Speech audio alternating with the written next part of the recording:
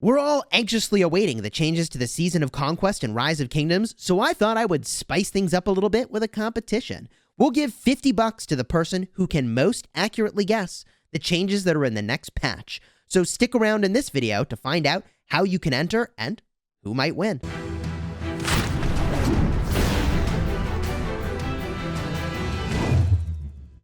Hello, my friends, and welcome back. I'm Chisgule Gaming, a sponsored content creator for Rise of Kingdoms, and today we're doing a little competition here to figure out what is in the next patch, and I want to know your thoughts. If you like Rise of Kingdoms guides that help you get value and smash your enemies, then hey, do me a favor and smash that subscribe button for daily Rise of Kingdoms videos. Let's get right into the juicy stuff here, the competition. I want to know what people think is coming in this next patch. So we'll collect your answers using the form that we'll have linked in the description. You're going to want to stick around through the rest of this video, though, to see a little bit of the details around how to enter and my own predictions. And whoever guesses the closest, gets the most answers right, will get the prize. There's one winner for $50. And if there are multiple people who get the exact same sequence of answers, which seems really unlikely to me, then we'll do a random drawing to figure out who wins. So there's not a rush. You can watch the rest of this video, all right? So let's show what we've got in this survey. In order to actually get you a prize, you've got to enter your Discord ID here. Now, remember, your Discord ID has a little hashtag with a number next to it. I'll show you a picture of mine just so you can see a sample of what that looks like. Remember to have that hashtag with the number or it's not going to work. I'll have no way to contact you, and that means you'll forfeit your winnings because, of course, you're going to have a genius-level execution guess here, right? Let's go to the next page here. Season of Conquest predictions. Let's go, baby.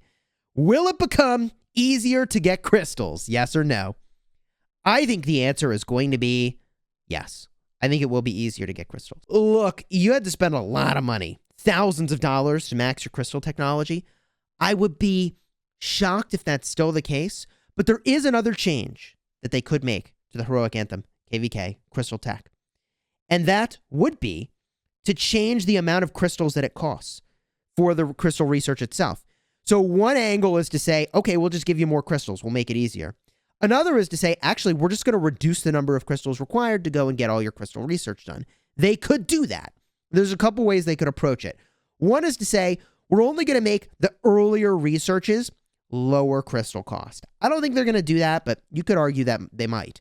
The other thing they could do is make the early research lower crystal cost and the later research higher crystal cost. I think that is a likely outcome. In fact, that is what I'm going to select. That is the change I might make if I were the developer, but I'm not a designer. The other thing they might do is reduce all crystal research costs, which is the third answer you see here, or the crystal costs might remain the same because they're making it easier to get crystals potentially. That's my guess.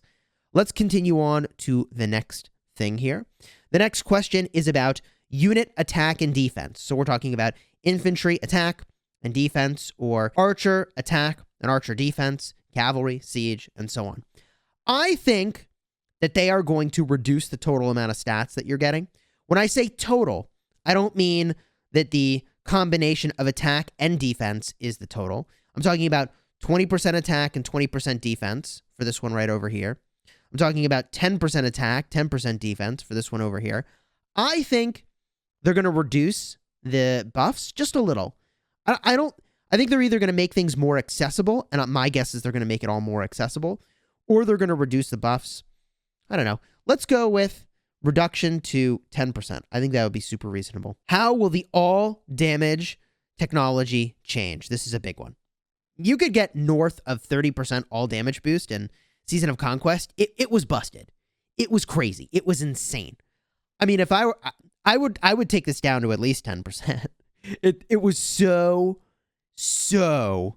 hugely advantaged to have this. I think they'll drop it.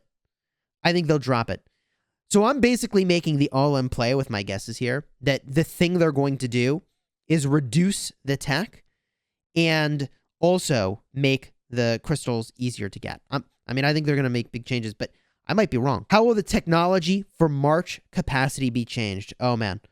I mean, you could have like 450,000+ troops previously. It was insane. You use a 50% expansion, you got VIP bonuses, you got your Heroic Anthem tech, you got skills like, Julius Caesar and Freddy that give you more troop capacity. It could get out of hand. I hope they're going to lower this.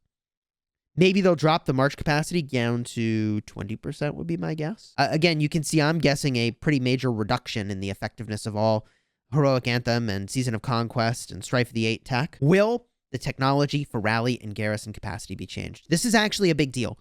This might not seem like a big deal, but this is a very big deal. Here's why. The reason player cities were getting wrecked is because you could bring 50% more troops to a city rally. That's a big deal. You went from like 2 million plus troops to 3 million plus troops. And you also, by the way, could have more players reinforce a city. But the thing is, the cities getting wrecked weren't getting reinforced. So these boosts were really just pure boosts, 100% pure boosts to the ability to slay and not really the ability to stay, to defend yourself. So my hope is that they will decrease the rally and garrison capacity boost. I don't know how much. I'm just saying yes or no. And in this case, I hope they do so that people are not just so obliterated. Oh my gosh, it was crazy. The ability to bring 50% more troops or whatever that number was, I think it was 50%. It was just, it was savage for the people that were not online to help themselves. Okay, next up. Will the cost of items in the KVK shop change? Now, this is a fair ask, right? The cost of the items in the KVK shop, it could go up, it could go down. I mean, if more people are getting access to crystal research, does that mean they think that you should get less loot? Does that mean they're going to give us more loot? I'm just going to make the argument that the costs are just going to stay the same. It's also complicated. I don't think they're going to change it. But I could see an argument here being made that if they make the technology more accessible, that they might make the cost go up for items. I honestly don't know. My guess is they're going to try to change the least amount possible while bringing things into balance, so I'm just going to say no here. The next question we'll get a look at is whether or not new rewards will be added to the KVK shop. This is a gamble, by the way. You might seem like, no, of course not. Why would they add new rewards? But you could easily make an argument that they will, and the thing I would argue for that they should change in my perfect world is that the pick one materials chest is not what they had. That's what I want them to have. What they had was a random legendary material chest, which means you could get legendary bone. Yeah, you could get boned, baby. If you got legendary bone, first of all, there's not even a legendary pattern that uses legendary bone. So you would have to spend gold to turn that bone into epic bone. And even then, what the heck are you making with epic bones? Like, really? Not much, okay? Like, the thing you did not want was a legendary bone. So in my perfect world, there would be a new reward. That new reward would be a pick one legendary material rather than a random legendary material. The next thing that we need to go and guess, however, and you could see I had this question already sort of showing, is whether or not barbarian loot will change. I mean, you could easily make an argument that barbs might drop higher value loot in the new version of the patch, and that higher value could just be a ton more crystals. You could make an argument that maybe they'll drop about the same value of stuff, but for instance, there might be like more gems, or there might be more speed ups. The distribution of loot could change. That seems unlikely to me. No, I think the barbarian loot is probably not going to change, although obviously it would be nice if they added more gems. I was farming a legendary material per day. Here's the approach that you can use to do the same thing. Hopefully we all get more gems, but if they don't, definitely AoE barb farm, especially if they make that technology easier to go and do that. Oh my gosh, definitely go do that. Okay, up next. Will barbarian fort loot change? I'm going to say no. Same logic as barbs. I don't think they will change the fort loot. They could. They could do more crystals. They could do gems. They could do all kinds of stuff. I don't think they're going to. I don't think they're going to. I think they're going to try to touch the least amount possible to bring things into balance. I do think they are going to have to change if they swap around the tech, by the way. If they do lower the tech, I think they probably want to make the barbs easier to battle and the barb forts easier to battle because you'll have less tech to work with, but we'll see what happens there. Let's go to the next section. This is things that are not really related to the Season of Conquest, but could be in the next patch, okay? The thing that I would like to see what people think is whether or not there will be changes for special talents and special talent equipment. And the reason I think they might be doing something like this is that I have seen a non-trivial number of major spenders in the game basically do the equivalent of flipping the table and rage quitting based on not getting a special talent after forging like 15 legendaries. Literally 15 legendaries. They get no special talent. They're like, fine, I just quit. Fine. See you. Bye. And I understand that frustration. So I think it's possible they could go and make a change here. I don't think they will, though. I would love to see a change. I don't know what that change should be, but I can tell you, having forged, I don't know, like 13 or 14 legendaries without getting a special talent, that it was not a fun process to, for a year of crafting, not have gotten any. And you just don't know. Like when you're at 13 without a special talent, you're like, well, I mean, is the next one not going to have a special talent too? Right? Once you have one, at least one under your belt, it feels a little better. Like at least I'm one and whatever. But okay, let's go to the next question. Will the next update include new VIP levels? Ooh, boy, have I seen the rumors for this. People are speculating there'll be VIP 18. People are speculating there might be multiple new levels of VIP. People are speculating they might rework the whole VIP system. I'm going to say they probably are going to do... Man, I don't know, actually. I'm just going to put no. I feel like they have enough to do with Heroic Anthem and Season of Conquest and Strife of the Eight. They got enough rebalancing to do there. Maybe they already had completed or started the work for VIP 18 and or beyond. And so rolling that into the next patch is just going to be easy for them. They already did the work.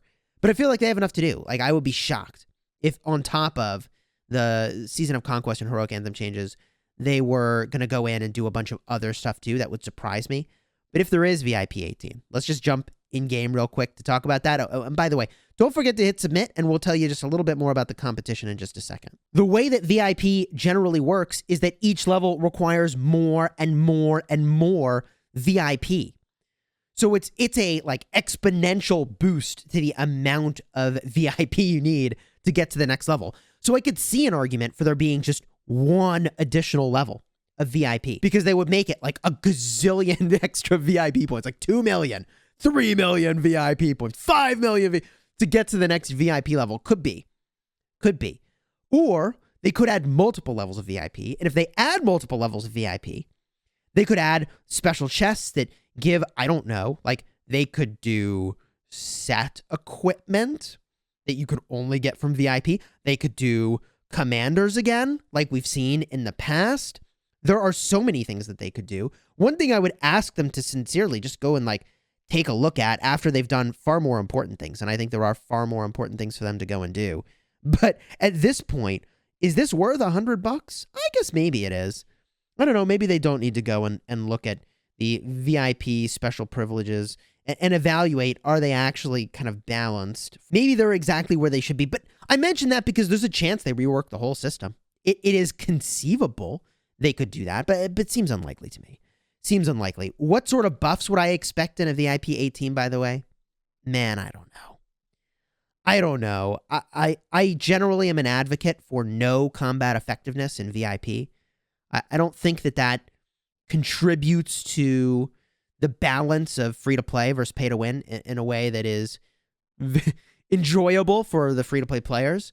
So I think that some advantages that spenders would be really happy to have would be healing cost reduction that doesn't affect your combat effectiveness, but it means you can fight more.